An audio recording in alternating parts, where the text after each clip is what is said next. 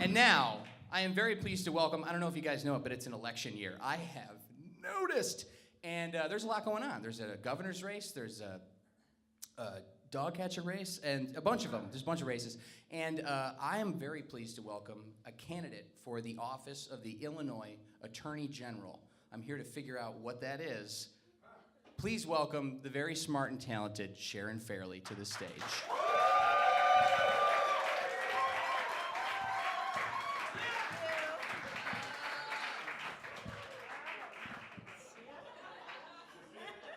It's good, right? Okay, yeah. That's good. Wait, keep going? Oh, yeah. All right. I can't do it with the mic. But you don't do this one? I don't know how. That's it. Did you see that? Was embarrassed. Oh, I'm so sorry. I know. It's okay. We'll make a. We'll do it. We'll make it. Okay. We'll make a YouTube video of me learning how to do that with All you. right. Yeah, that sounds good. I think it can go viral. All right. So I'm using the microphone. That's what I'm going to do. I've committed to that choice because you have one. I got my own. Thanks for being here. I'm glad to be here. Good. This is good. It's awesome. Thank goodness. So I took out my phone because I put all my notes in it. I'm Okay. not texting. All right, I believe it. I believe it. But seriously, I need this because you're quite accomplished. So just bear with me while I go through your resume. Okay. Born in D.C., raised in Silver Springs, Maryland, graduated from Princeton, magna cum laude, graduated from the Wharton School of Business at UPenn, Yes. and then you went to U of C Law School in '06, Yeah. and then you became a United States attorney. Yeah. Then you worked for the city and the Inspector General's office, and then you headed up IPRA, the Independent Police Review Authority. Yep. And then you built COPA out of IPRA, like a butterfly chrysalis. Yeah. We actually tried to start from scratch. Okay. Yeah, we really did. I'm learning a lot already. Yeah, no, we had to sort of say, "Whoa, Ifra, you're gone," and we're going to create something completely new. So I mean, this is the thing. We talk about police reform a lot on this show, more than my producers would like me, because I just get going and I just Good. Thank you for that, because it's so important. Well, careful, because what I know could fill a thimble. But I am passionate about it, which is good. Good.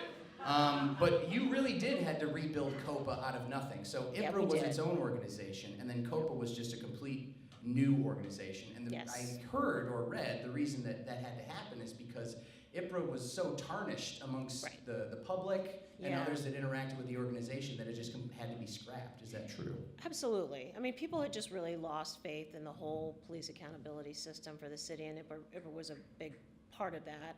And so it just made more sense to just build something from scratch and start fresh.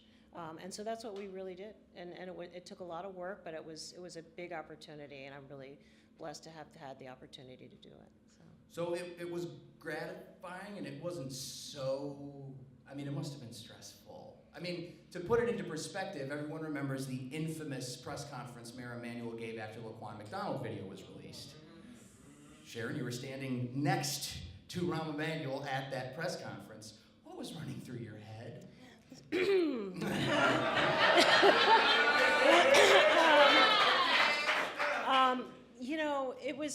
I was brought in to reform, right? I was brought in to fix things. And so I was really excited to have that opportunity because it's a really important mission. I mean, we know how much this is important to the whole city because the city was in crisis over this issue. And so 2016? Well, it was 2015. I was hired in December of 2015. And so it was a big opportunity. So building COPA was just great because I had enough time sort of delving into the problems of IPRA. So when the decision was made to create COPA, I knew exactly what had to be done. I knew exactly what I wanted to do. So that part was like easy. So then we just had to go about the process of building it, hiring the people, creating all the new infrastructure, developing all the new policies and procedures, doing all the training. So it was a big undertaking, but it was also really rewarding too. Was there that much wrong with IPRA that no one realized that changes needed to be made? Were they just working on the inside for so long that they didn't realize it until something like the Laquan McDonald video being released? Or was there, maybe a little foot dragging going on with the reform efforts? So there was just, there was a lot wrong. There was a lot wrong. And it was, it wasn't necessarily the fault of the people that worked there.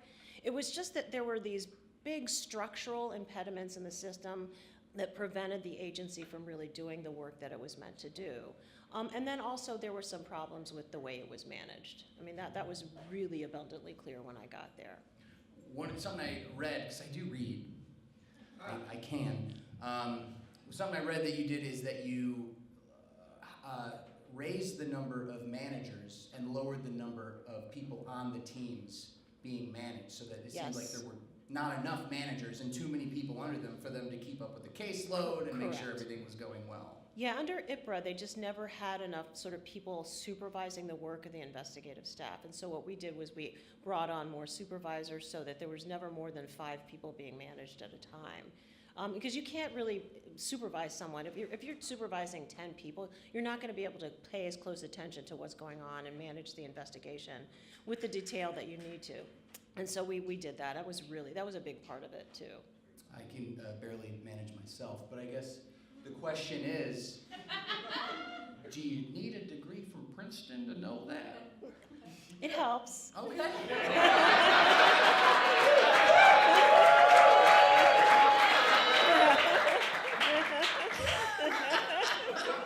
I'll bet it does. Yeah, Do you keep it with you? Because I would.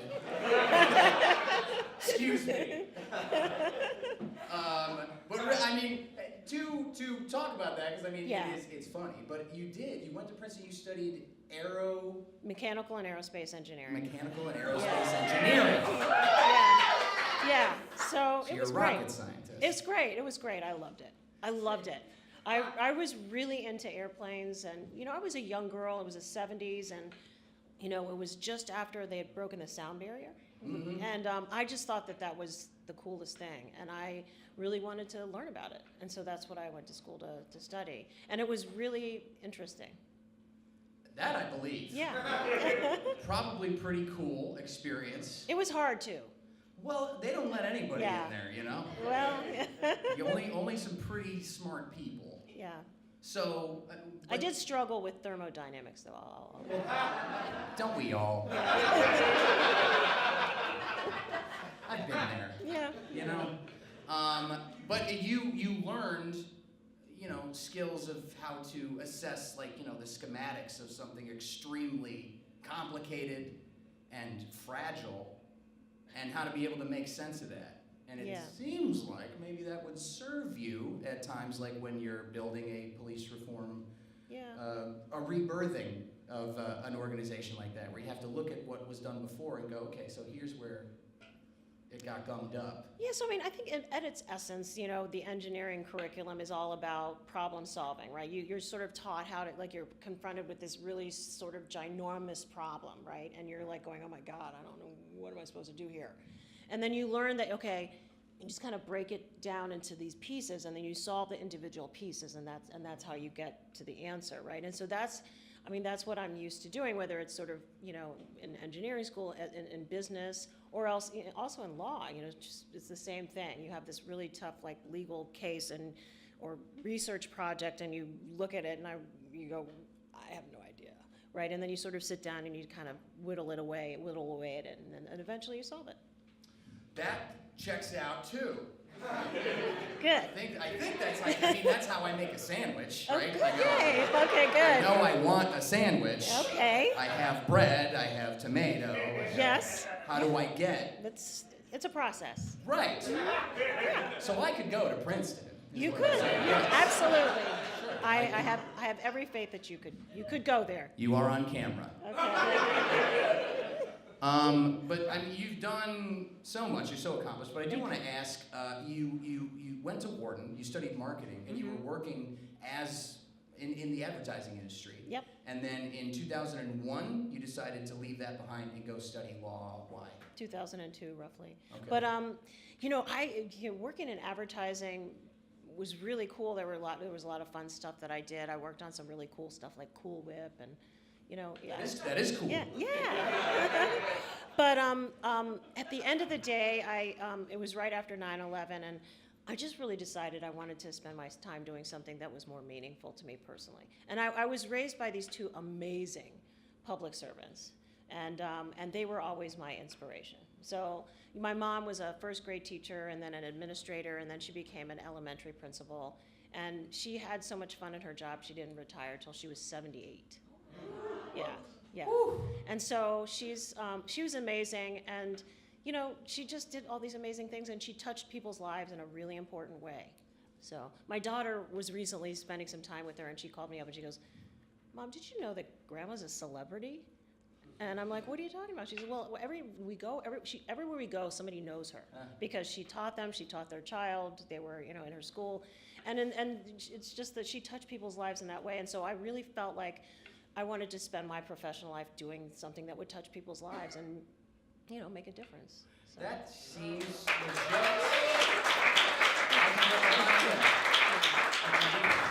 And your dad, he worked for the federal government as well. Yeah. And he had a saying that was, if you can't beat him, join him. You can't beat him, join him. And why? I mean, I've heard that before, but how did it? Well, so in our family, what that really meant was sometimes if you want to make change, it's easier to do it from the inside rather than beating on the door from the outside.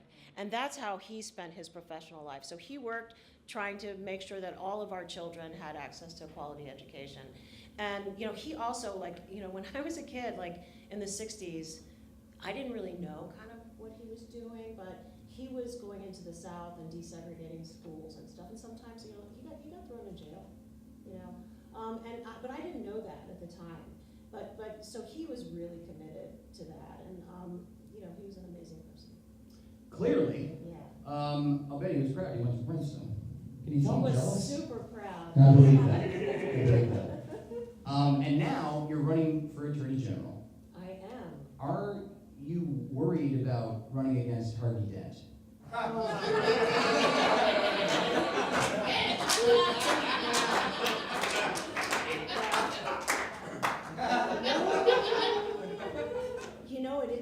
It is a concern. He's a tough cookie. I know, but I think I'm up to the task. Okay, fair enough. I think I got this. You're doing good. You are the first candidate endorsed by the First American Women's Party. Well, yes, that was great. I was really pleased to see that. Yeah. Yeah. So you're running for Attorney General. Jeff Sessions isn't going to love this. He has the job until Trump. You're running for Attorney General. He's Attorney General. Not exactly. Oh, he's a federal Attorney Right. General. Yes. You're running for Attorney General of Illinois. But I really would still like to give him the boot.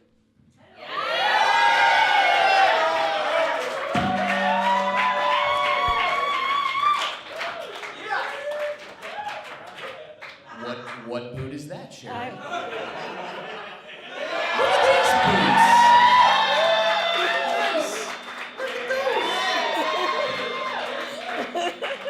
Those are cool as hell. Thank you. I've listened to, the Tribune editorial board does these great videos on the Trib's website where they talk to panels of candidates running for governor or what have you, or attorney general. And there's plenty of candidates in the race right now. Yeah, there are a few. Yeah. Yeah.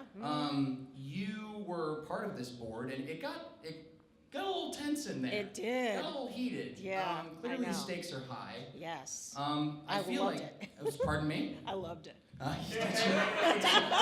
I will say it did look tense in there. Right. You did seem pretty cool as a cucumber. Well, yeah. I believe something you said in there was, I guess you didn't read the bill very well. Yeah. So that's gutsy. So I think what I'm getting at is, what makes you the best candidate for Illinois Attorney General? I have this really unique combination of personal and professional experiences that nobody else in the race really has, that I think really prepares me for the job in a way that's really important, right? So I have already led an agency responsible for legal work, having been in charge of COPA and having actually built out the Civilian Office of Police Accountability. So I know how to do that. I served as a federal prosecutor, and I investigated all kinds of cases that are really directly relevant to the work of the Attorney General, whether it's firearms trafficking, narcotics trafficking, complex fraud matters, national security, counterintelligence, counterespionage, all of that. So I have experience investigating the kinds of cases that the Attorney General has to do when they're enforcing Illinois laws and working to protect Illinois consumers against corporate acts as well as pushing back against the Trump administration. There is a national stage aspect to this office. Like you are is. responsible for Illinois and protecting the citizens therein for federal and state laws, but you are on a national stage as well. And it seems more and more attorney generals from other states are really stepping up in interesting ways to combat what they perceive as a rollback in civil rights or what have you. It's really been quite amazing these last few years where we actually see these state attorneys general really stepping up to the plate and really forming this really strong barrier to protect not only their own citizens in their own states, but all of us, right? Because we have these policies, these racist and regressive policies that are just really harming us, right? Whether it's the environment, whether it's immigrants, whether it's LGBT community. I can't even fathom. Yeah. I mean, why are we debating whether women should have access to contraceptives? What are we talking about? I mean, it's crazy. It's a really important job, and that's why I really feel so strongly that we need someone very strong and independent in the job. And so that's the other reason why I'm very much different than some of the other people in this race, because I haven't taken any money from Exelon or the other energy companies or special interest groups, or I haven't taken any money from the political leadership in the state that shall remain nameless. I'm doing this myself because it's really important that the person in this role isn't beholden to anybody, and that they can make the decisions based on what's in the best interest of the citizens. And I've been doing that my whole legal career. I've never worked for a big law firm. I put all that stuff aside. When I became a lawyer, it was about serving, and that's what I do. That's what I love to do. Well, you got into that.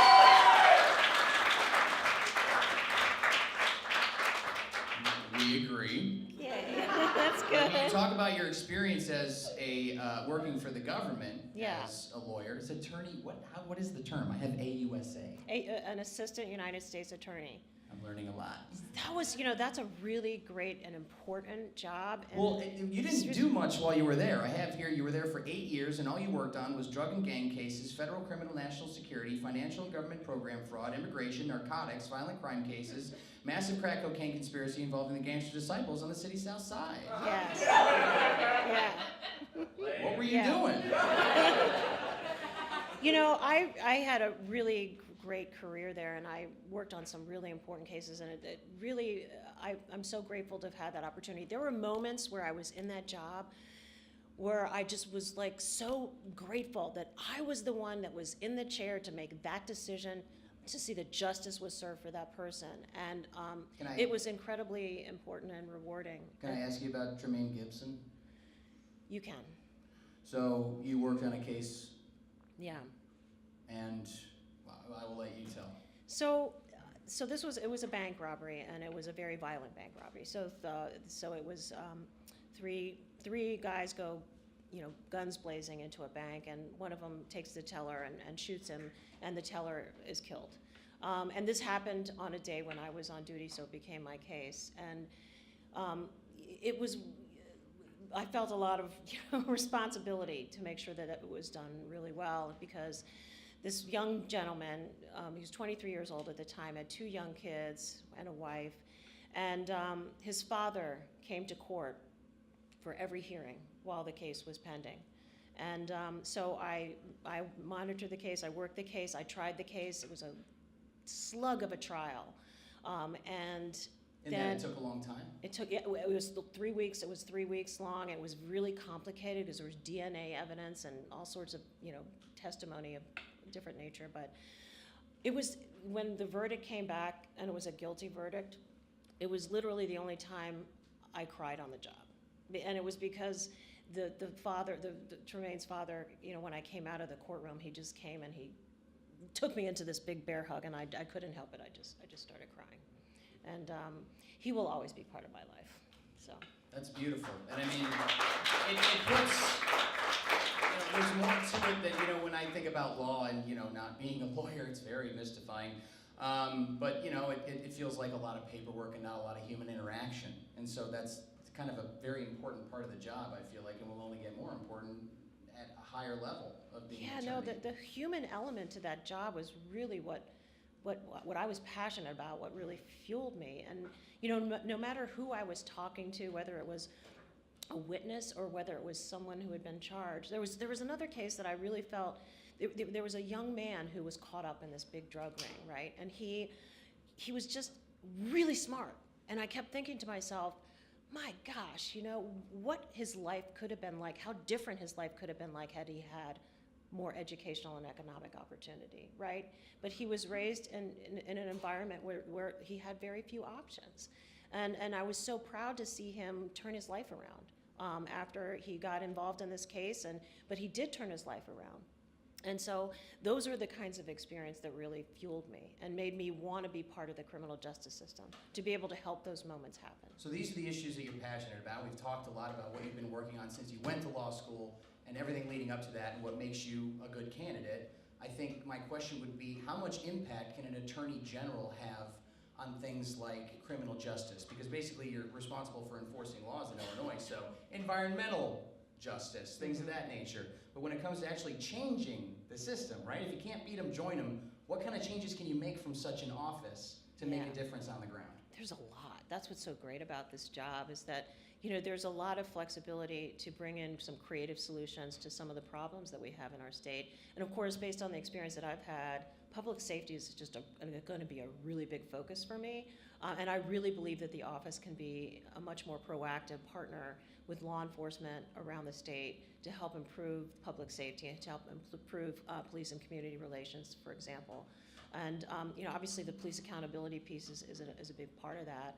And so I've already put out on my website the list of sort of things that I would do once I was in office to improve police accountability statewide, because, you know, even though we think Chicago has this problem, it's really these are statewide issues that we're dealing with. When we talk about gun violence and violent crime and crime fighting solutions, these are statewide issues. And so the Attorney General has a very, very big platform and can work with the state's attorney's office and can work and help coordinate law enforcement across the state to actually start bringing some real effective solutions to the crime fighting that we're doing here in the state.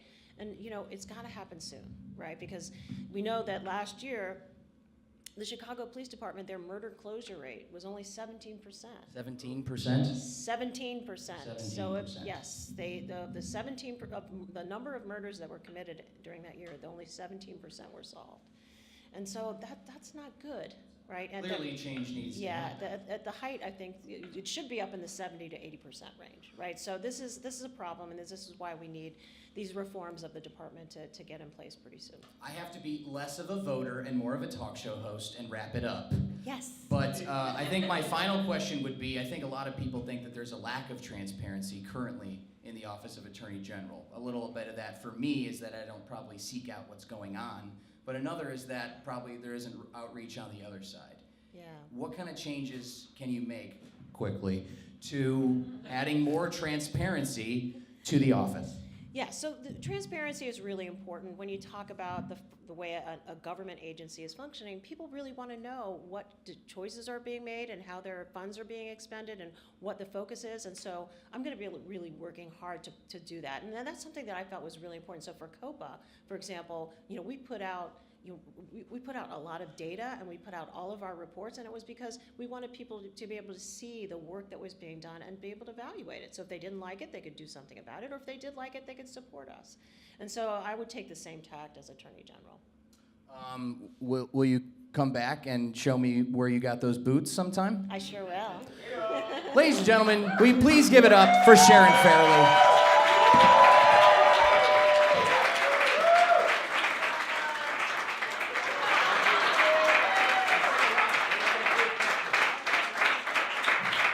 And if we have time in a little bit, Sharon Fairley, everybody, if we got time in a bit after we wrap it all up, I'm going to have FemDOT maybe ask her a question. Let's get crazy. I mean, he wants to take over. Let's let him.